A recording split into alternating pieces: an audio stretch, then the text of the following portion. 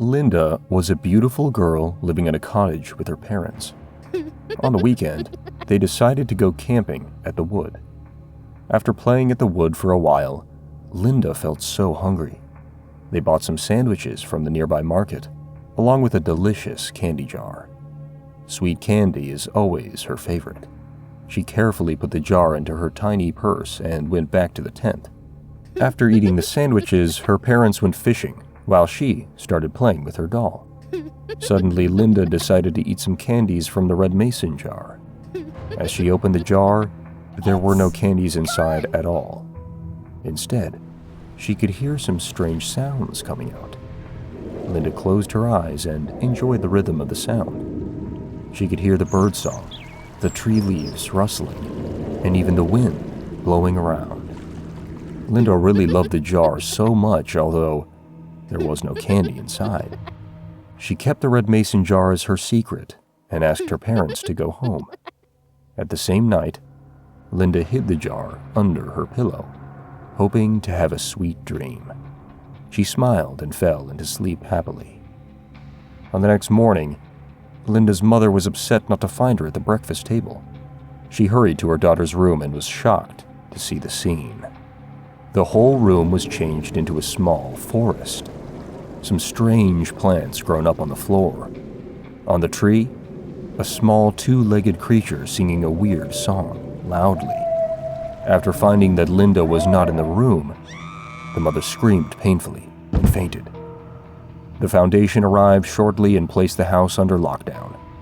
After searching the area carefully, they found out the reason for all tragedy coming from a small mason jar named SCP-1341. SCP-1341 is a mason jar made of red glass with the words "Jungle in a Jar" stenciled on the lid with black acrylic paint. When SCP-1341 is in an inactive state, it weighs approximately 480 grams. Removing the lid when SCP-1341 is outside of an enclosed space has no anomalous effect. If SCP-1341's lid is removed while it is indoors, it will begin to exude soil from the opening at 10 kilograms per minute. The soil will be continuously produced until all available space in the room it is contained within is filled with the soil to a depth of at least 10 millimeters. Once the soil has reached this depth, several anomalous species of plants will begin to grow. Plants produced by SCP-1341 superficially resemble species found in tropical rainforests. However, DNA testing has shown that these plants do not correspond to any known species. The plants will continue to grow until they have achieved the maximum size the area will allow. They take a maximum of 3 days to reach full maturity, and once mature, are resistant to temperatures of up to 500 degrees Celsius. The epidermal layer of these plants measures an average of 7.6 on the Mohs hardness scale.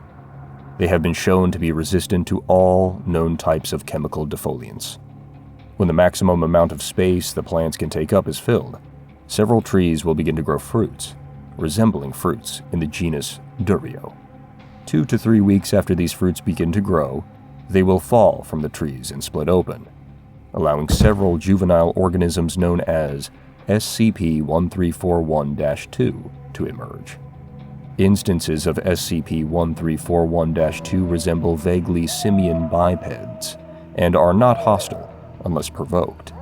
They exhibit behavior patterns consistent with those of wild chimpanzees. When the population of SCP-1341-2 has reached between 20 and 30, the area affected by SCP-1341 will expand to fill the largest enclosed space possible. The root structure of the plants within SCP-1341 will spread through the walls, ceiling, and floors of any artificial structure it has been placed within.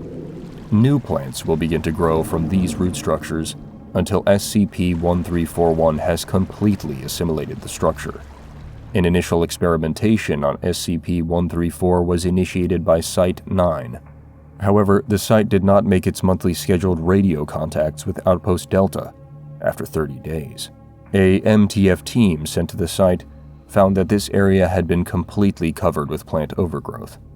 The elite force recovered a document, which is believed to be compiled by Dr. Boyd, former lead researcher of SCP-1341. Day 1. We started the experiment on Phase 3 today. D0981 was selected because of his previous cooperation on other safe objects. We put the jar in the room we're holding him in and let it do its thing. Now, we just wait and see what happens.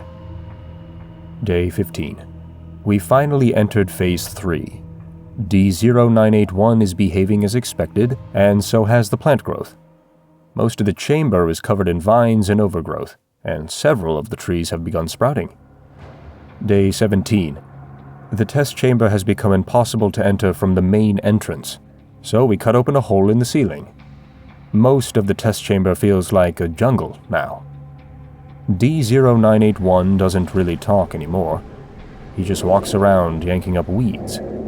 His hands are pretty bloody from doing it, and he seems to be running himself ragged. I'm going to recommend the use of sedatives to make sure he doesn't kill himself before we wrap this thing up. Day 18. The test chamber is impossible to enter by any means. Both of our makeshift entrances are completely overgrown.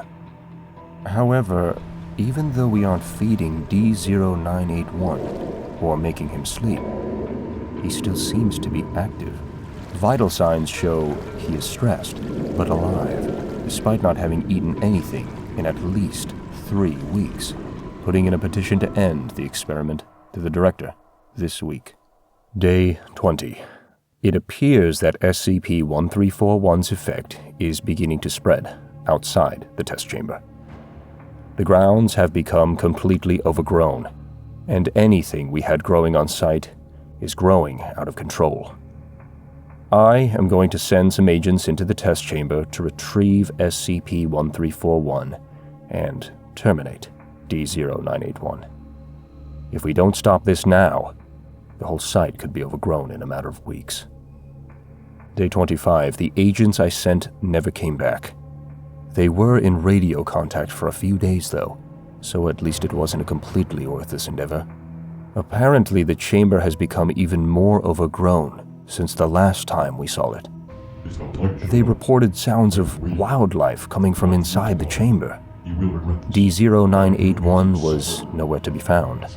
The plant growth out here has gotten a lot worse since we sent them in. I'm afraid I will have to evacuate the base, as the continued rate of plant growth will render it inoperable within the week. Day 26. We can't leave. I woke up this morning to find that every door and window has been grown over by thick, heavy vines. None of the equipment we tried using to break through worked. People are missing. Entire sections of the base are impossible to enter, and Ernie went into the air ducts and never came back. We gathered all the resources we had, and we're going to try and find an alternate means of escape tomorrow. Also, we aren't alone. There are creatures in the foliage. They watch from the denser patches. I haven't been able to get a good look at them, but I know they're there. The report said they weren't hostile. I hope they were right. Day 28. We accidentally killed one today. Martin was trying to access the armory, and I guess it startled him. We found his body just outside the armory entrance. It was completely mutilated. And the smell, there was the smell of a dead body, but not just that. There was this thick, musky odor. Nobody but Martin knew the access codes to the armory, so I guess that plan is out the window. I know they're out there still. If they didn't want to harm us before, they definitely do now. I hope God gives me the strength to protect my staff and get us out of this mess safely. Day 30. I think I might be the last one left. We tried so hard to get out, but it got all of us. Janice fell in a pit and it was filled with bamboo stakes. I still feel nauseous thinking of her. Albert got stuck in some vines and we couldn't get him out. After about a day, they had grown over him completely. I still hear him crying. Lyra. I don't know what happened to Lyra. All I know is that once the lights went out, I never saw her again. D0981 is alive. Sometimes he talks over the PA system. He rants and raves about how we let this happen, we let the base fall and become a pit of weeds and depravity, as he puts it. Melodramatic bastard. I know that he knows where I am. I'm not going to play this game with him. He wants to play Hunter, but he's going to be sorely disappointed. I'm going to take myself out first. After searching the area carefully, the Foundation found that all the researchers were dead. However, Dr. Boyd still remains missing. Thank you so much for watching the video. Please subscribe to our channel, press the bell icon, and never miss an update.